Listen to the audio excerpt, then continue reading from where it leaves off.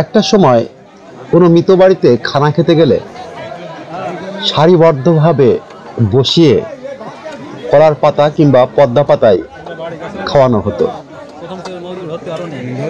প্রতিটা মানুষকে প্রথমেই কোনো না কোনো ছোট সবজি তরকারি, তারপর দেয়া হতো মাংস, সব শেষে ডাল।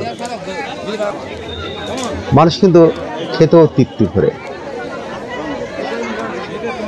অনেক দরিদ্র জনগোষ্ঠী তারা এই খাবারের প্রাধান্য পেত সবচেয়ে বেশি, কিন্তু বর্তমানে আধুনিকতার ছোঁয়া লেগেছে সব জায়গায়।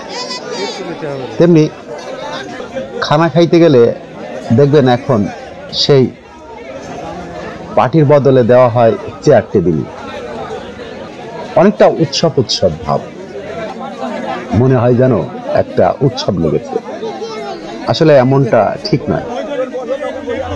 অনেকে বলে এটা দোয়ার আসর, অনেকে খেয়ে নাকি দোয়া করবে,